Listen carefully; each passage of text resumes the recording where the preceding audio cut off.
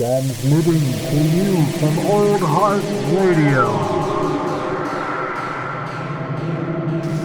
Yeah, sweet. All right, we are recording. Another episode of In Tune this week. Record nope. Never mind. Wait, I'm gonna ask this one.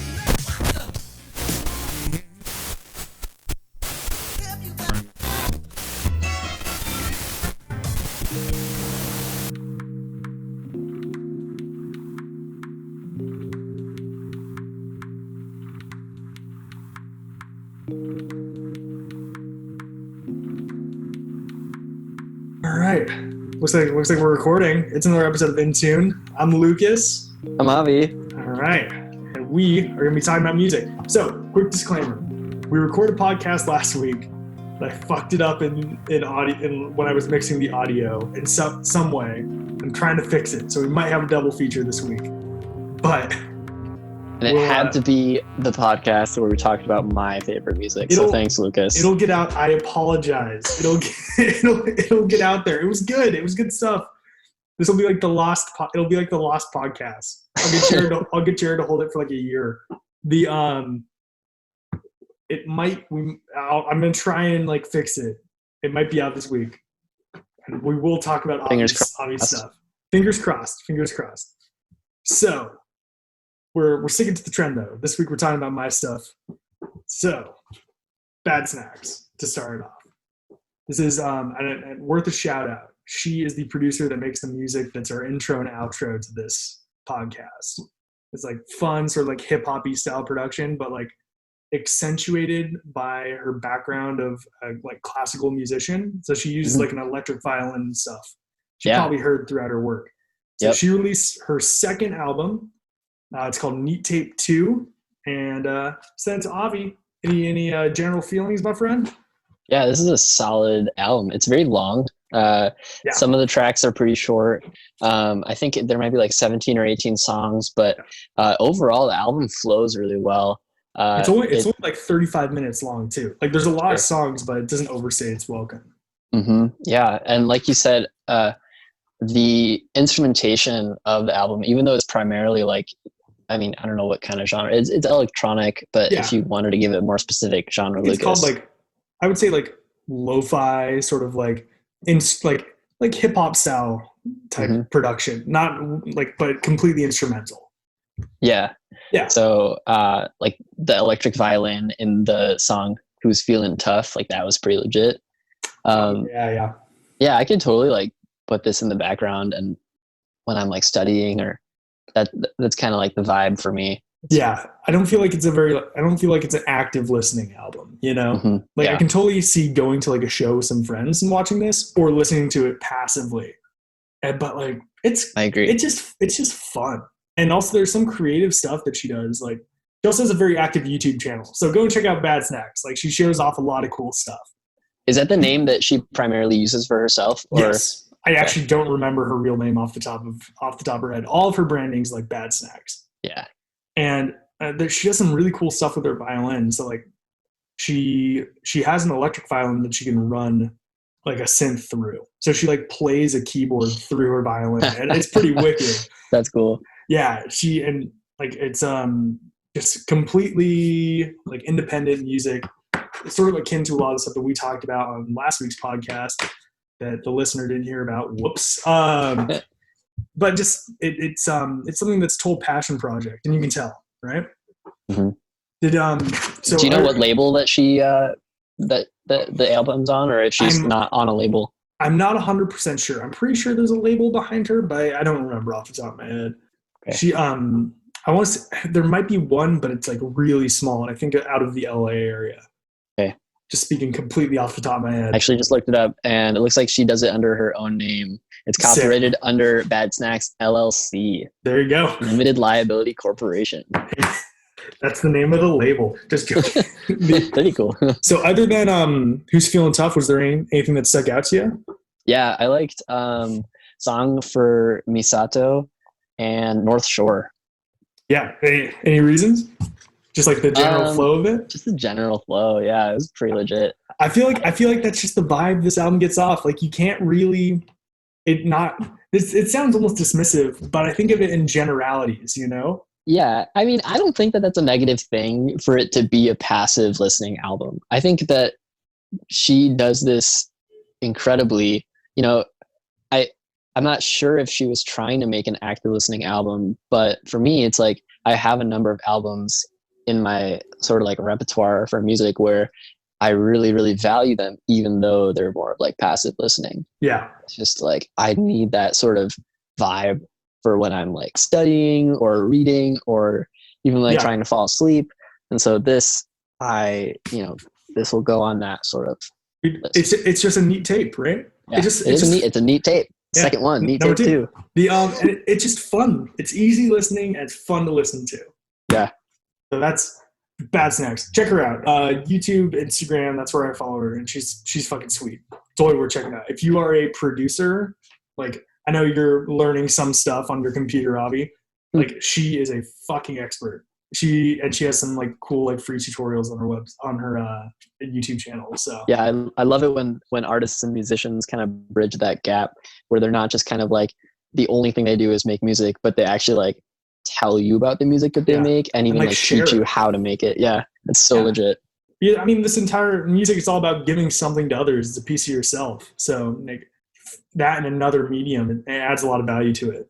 Yeah. So yeah, shouts to Bad Snacks. So I sent you another album, The Evening by Ford, and then also his recent single, Living Breathing. So I know you got a lot to say about this. Sure do. Yeah. This album was incredible. It was so good. Overall, my thoughts were, well, if you're, maybe you should go in first to, kind of give me a little intro to Ford and kind of what kind of music he makes. Oh, okay. Well, yeah, it's, I guess it would fall into sort of like some of it falls into that sort of like lo-fi category where it doesn't sound underproduced, but it sort of has that like sort of like vinyl graininess to it. It's a bit rougher on the edges, but then he goes into some also like hi-fi type, very, very like smooth, very like intentional sounding music. Like there's a lot of formatting behind it. It's very well structured.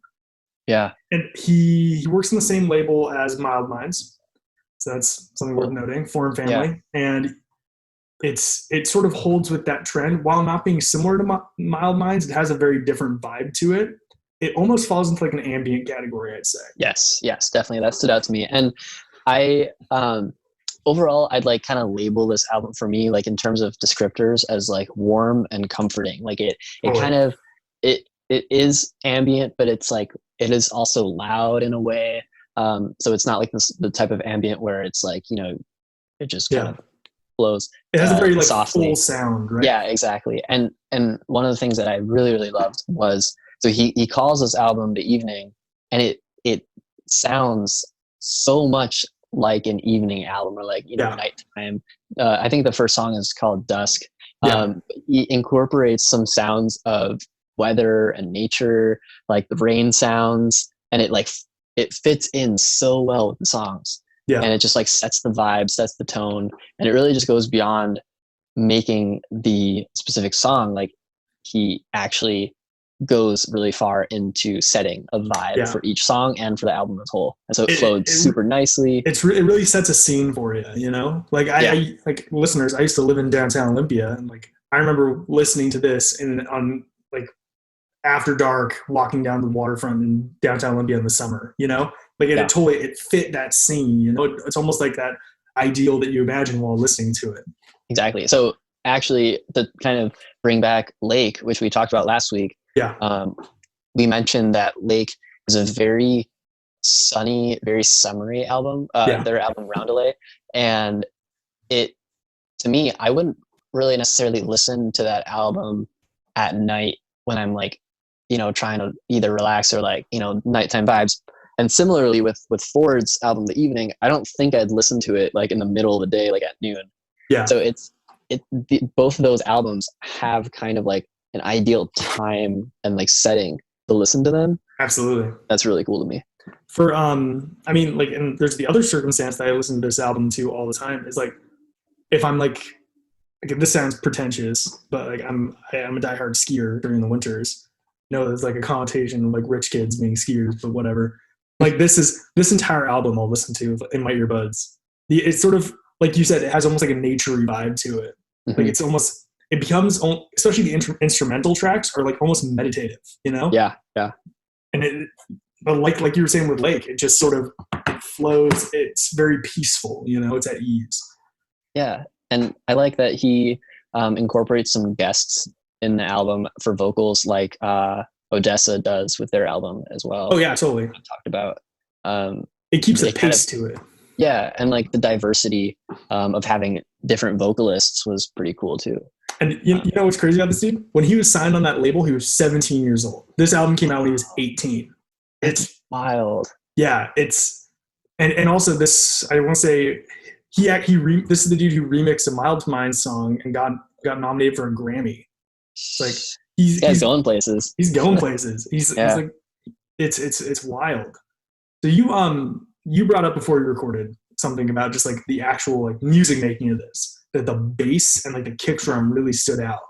Yeah, so actually my one sort of the one thing that kind of like bothered me with this album as I was listening to it was kind of a small thing, was his bass is very, very prominent in the album, and just some people I could see like how appealing that is, like very like resonating full sounding bass. But he also uses this effect, which maybe you can talk about in a second, that kind of like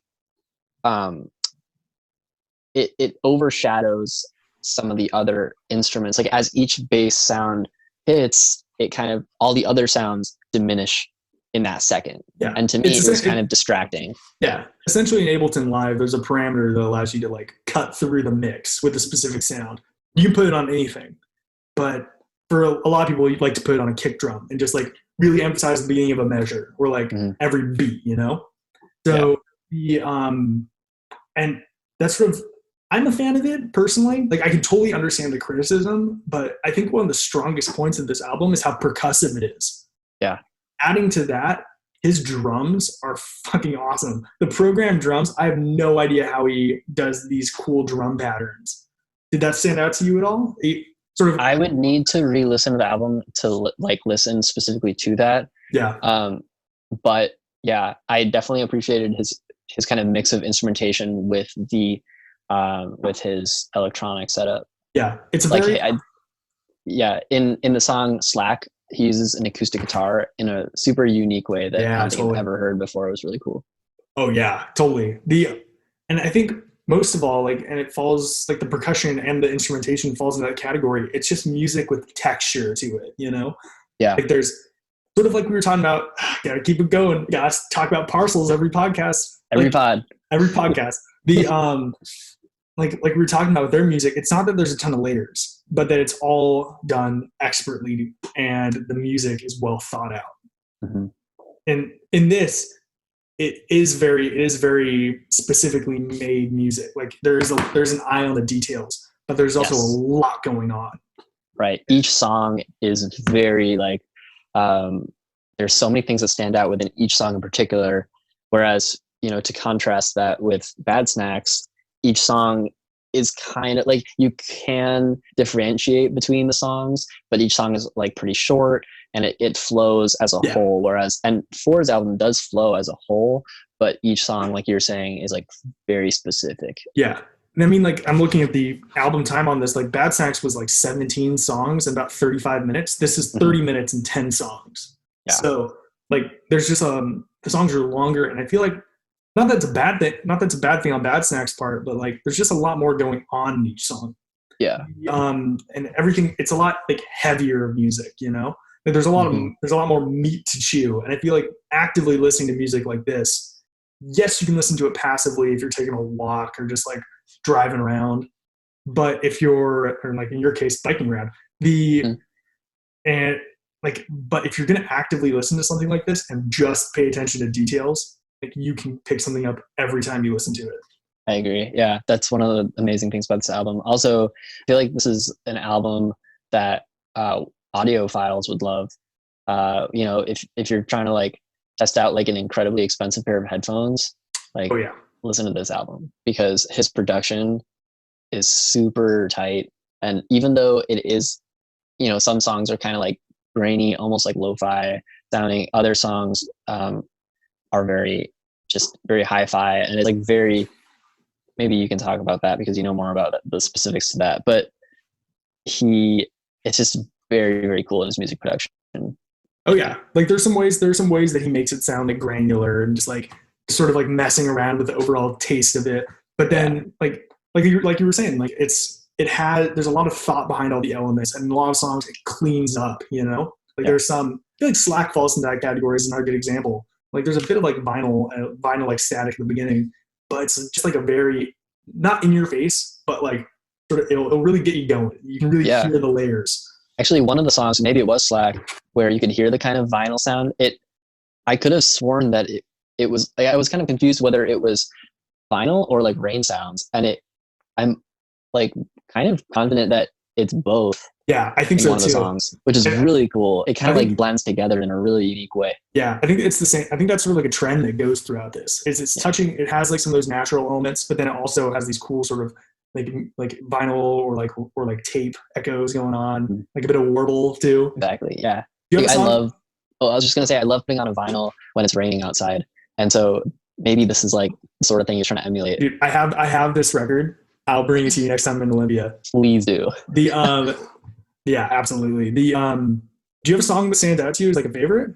For me, I really like Warmth. The vocal feature on that song is awesome. It fits it so well, and that song goes by really quickly, and it's just nice, and it really has a vibe to it. I think the music video for Warmth is just like it's just like a girl walking around downtown Seattle, cutting back and forth with actually like Ford, the dude, walking around like the plains. He's from like the Midwest.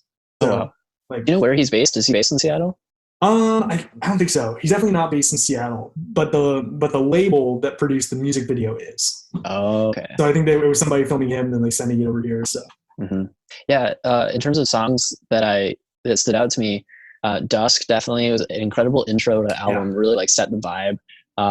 Who's to Say stood out to me. Slack, that acoustic guitar. The transition between Slack and Craving was really seamless and really awesome.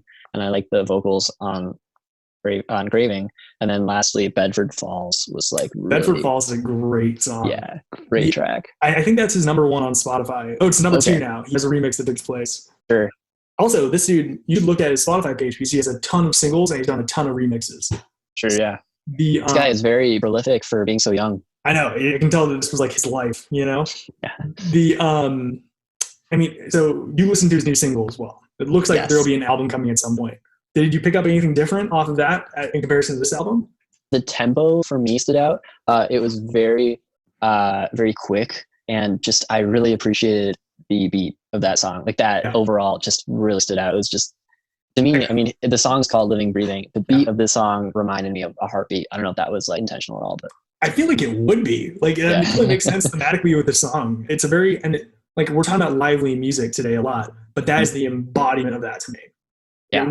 It really feels like you should be going on like a run or like it's a headbanger. Yeah. Totally. And also I listened to that right before we recorded, just to have it fresh in my mind. And like what you were talking about with a bass and the kick pushing through, it's especially apparent in that song to me, which sort of lends itself more to being like the heartbeat, Yeah. It's pushing through everything. And also like listening to that again, just a moment ago, the textures of the audio, like the vocal samples in it, they're so subtle, but you can pick it up about halfway through the song. The songs, some start coming in. It's really nice. I'm excited to see where this album goes. Me too. I have a feeling that just everything this guy puts out is going to be so solid, especially, like he's so young. He's got so much time and so much life ahead of him. I mean, hopefully. And I'm very excited to see what this guy has got to put out in the future. Oh, yeah. I'm excited also to listen to other stuff besides, this album. I will recommend right away. He has an EP called Good Company. He did with 2 other producers of like similar style. It's on the money. Like it's so good. Nice. I think like that EP, it's I want to say like 6-7 songs, and he did it in a week. Wow. Just like sitting down, he on Airbnb with these dudes, and there's a cool like the making of video on YouTube. And it's so cool, like that and you can tell that these are people that the creative juices are flowing. Like they know what they're doing. It's one thing to make music adrenaline, but like to pair up with people who you might not be like super, comfortable with to begin with, and then to get in the zone and actually create music together is very, very impressive. Absolutely. So yeah, Ford gets a high recommendation from the two of us. Yes. 2 thumbs up. A big 2 thumbs up. Amen. As far as my thumbs can go. So totally different vibe now. Monophonics. Mm-hmm. Where it's sort of a bunch of dudes making this very soulful, very like easy listening, definitely, but sort of calling back to some of the, I wouldn't say lost, but less readily made style of music in the present. At least to me, I don't pay much attention to like that side of it just because it's changed so much. Like I love the classics. So this was a breath of fresh air for me. So felt about it. This was awesome. I really appreciated just like the soulfulness of it, the funkiness to it. They were able to sort of replicate a very oldies sound, which is really cool. Like it sounded like as I accidentally start playing the album on my phone. I don't remember which podcast you were talking about this with, but like, I mean, artists trying to replicate a sort of sound, but in their own way, or like connecting it to the present. I feel like they do that in a really unique way. It reminded me of some other that bands. was us talking about Parcels. Where it was like being referential to like the past. I actually watched an interview with Parcels the other day because I was looking into their new live album, and they were talking about how like it's new music, but with the subtlety and the feeling of old music. Yeah. And the interviewer, great interview. The dude interviewing them brought up. Who put out the interview? I don't remember off the top of my head. I think I looked up on YouTube like Parcels interview, and it was like the first thing. So check that out. But the interviewer who asked some good questions, he asked about a band called Greta Van Fleet. I don't know if you've heard of them. We talked about this. Oh yes. Yeah. Where they totally. It's so funny that he brought that up. Yeah, they totally are reminiscent of like Led Zeppelin. It was escaping me for a moment. They're so reminiscent of Led Zeppelin, it sounds like a B-side on a long lost album. Yeah. But how like I feel like Monophonics falls into the same category as Parcels, where it's overtly referencing something, but with like the nuance and the subtlety of modern music. Right. So I mean, I was just gonna say, like, unlike with Greta Van Fleet, who you can like instantly be like, oh, this sounds like Led Zeppelin, with Parcels and with Monophonics, even though it does bring up that very intense nostalgia. Yeah, you can't like connect it to a specific artist. Yeah. Instead, it's like kind of a blend or like overall, vibe. So, have you ever watched Stranger Things? Oh yeah. So it's like absolutely none of the elements of Stranger Things are original, but all of the elements were thrown in a blender and they were poured out and created something new with it.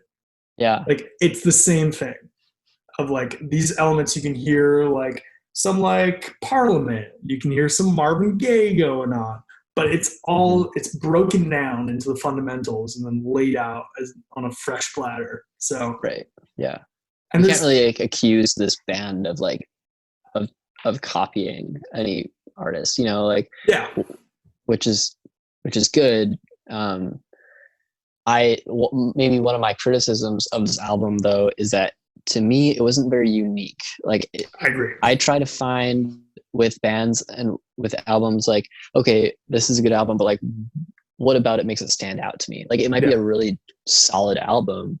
The instrumentation is great and everything very tight, but if there isn't like a specific thing, even just one that makes it stand out from another album, then I don't really have the specific desire to like return to it very often. So it's something that you'd happily like, you wouldn't skip if it came up on shuffle, but it's not something you'd actively seek out. Exactly. Yeah. I completely agree with that. Like, I won't say that it doesn't have an identity, but it's a bit less of it's a bit more derivative than something like Parcels, but not as derivative as like a Greta Van Fleet. I agree. Yeah. It falls somewhere in the middle where I'm like, this would be a fun I would in a heartbeat go watch these guys live though. I've heard briefly that they put on a really, really solid live show.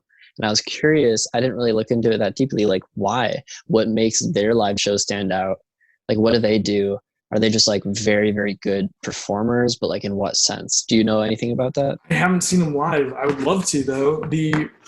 I feel like there's a sort of a charm that comes with like the soul funk, almost, and there's some like elements of like big band jazz even going on in a lot of these songs.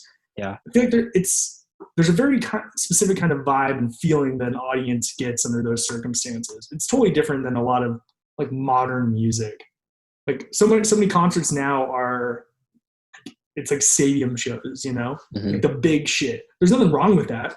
In a lot of circumstances, musicians get so big that that's the only time you can see them. But you can imagine these guys who are probably touring with a handful of like horn players, a really kick-ass drummer, and a bass player.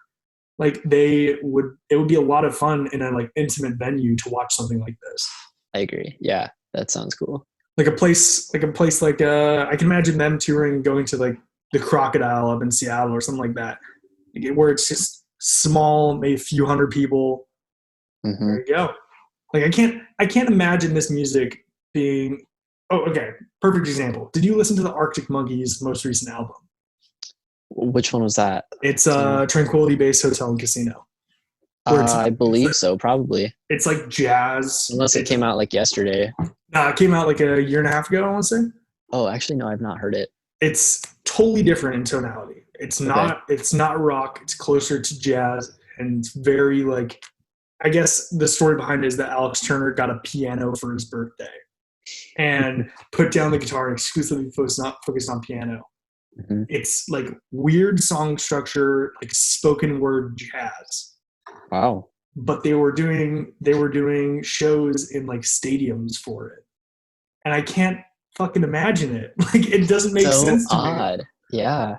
It doesn't make sense for me to go to like Key Arena to watch music like that. Yeah, that's true. I saw Fleet Foxes in 2018, and Fleet Foxes is one of my favorite all-time bands. And I saw Fleet Foxes is great. Yeah, and I saw them in Chicago at the Chicago Theater, which is like a really big, not a stadium, but it's a very, very big venue with seats. It was kind of like a seated concert that goes like all the way back. And I didn't have, the worst seats, but I was pretty far back, and I honestly don't remember a single thing from that show. Yeah. And they were touring for an album called Crack Up, which maybe we can listen to and talk about in the future. It's a really, really incredible album that is kind of taken as a whole, and it's like very unique in the song structure. It's kind of like what you're talking about with Arctic Monkeys' most recent album.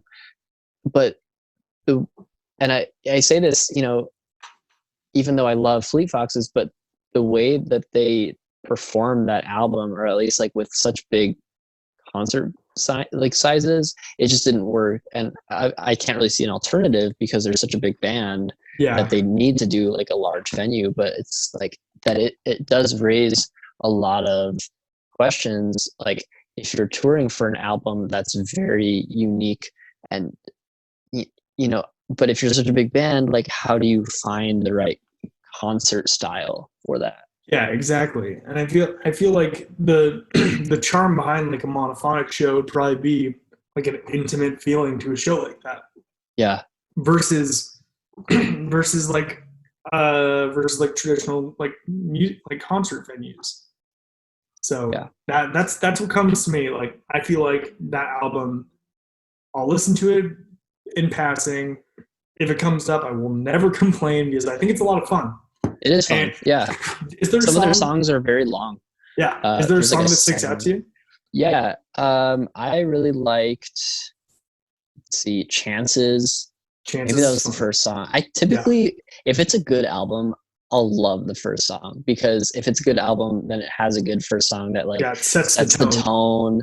And it typically if it's my first time listening to the album, then it's, unless it's an artist I'm familiar with, it's my first like entrance to that sound that they're trying to make. And so oftentimes it'll have the most prominent effect on me. So that song, Chances, being the first, was really cool. Also, It's Only Us, which is the title track. Yep.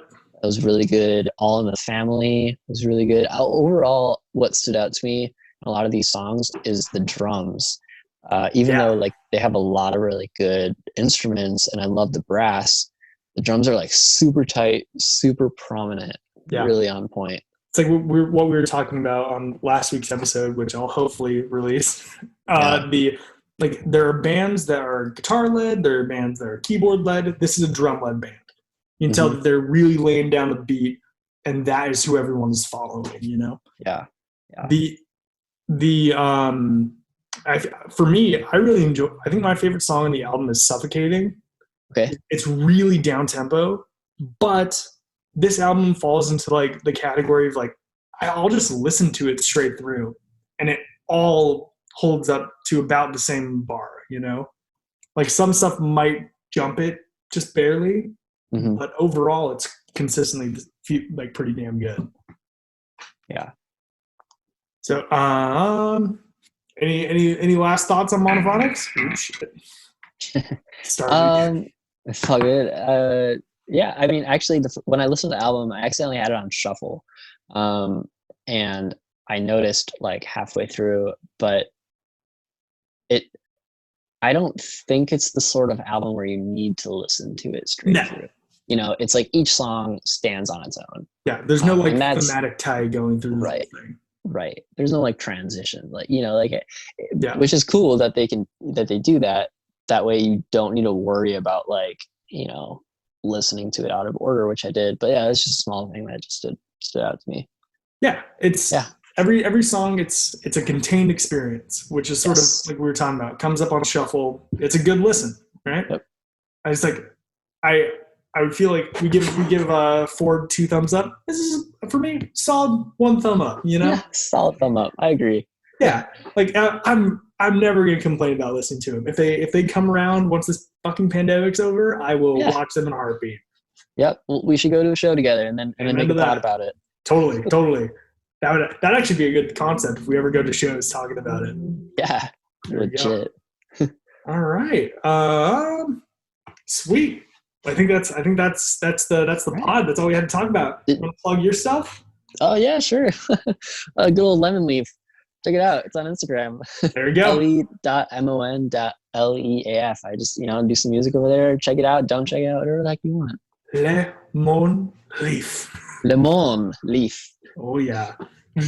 Then for me, Casserole on Instagram, and then Old Heart Radio on Instagram, Old Heart Space on Twitter, and then you can recommend us to your friends. And then me and Jared are actually, for Matinee Edition, we've been doing a few listener submitted question at the end of it. We're gonna try to. So send us your questions, whether it's music or movies. We'll throw them in at the end of the podcast. Totally. Nice. Yeah. Right. Hey, you want to talk about what you've been listening to this week? Oh shit. Yes. Really on the spot there. Like you did to me last week. Oh, there you go. While I'm looking at it on Spotify, what have you been listening to this week? I have been listening to a lot of Andy Schaaf, he's a really cool kind of like indie artist. He does a lot of his last 2 albums were concept albums. They were really, really awesome. Which maybe we can talk about. Yeah, we should definitely. I think for the next podcast, I'll send you one of his albums to listen to. His stuff is really, really cool, taken as a whole. Actually, the Fox Warren single I gave to you, that's him. It's Andy Schaaf. Okay, sweet.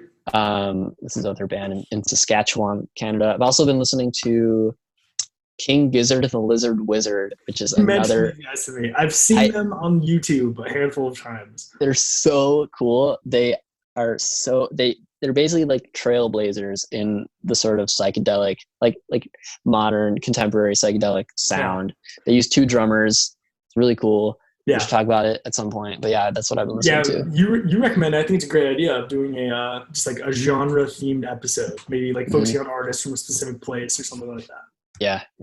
So for me, about a year ago, Passion Pit re-released Manners, his album from 2009, for like a 10-year special. And so I've actually listened to that album this week. Weirdly enough, I don't even remember why it came into my mind, like why I was listening to Passion Pit.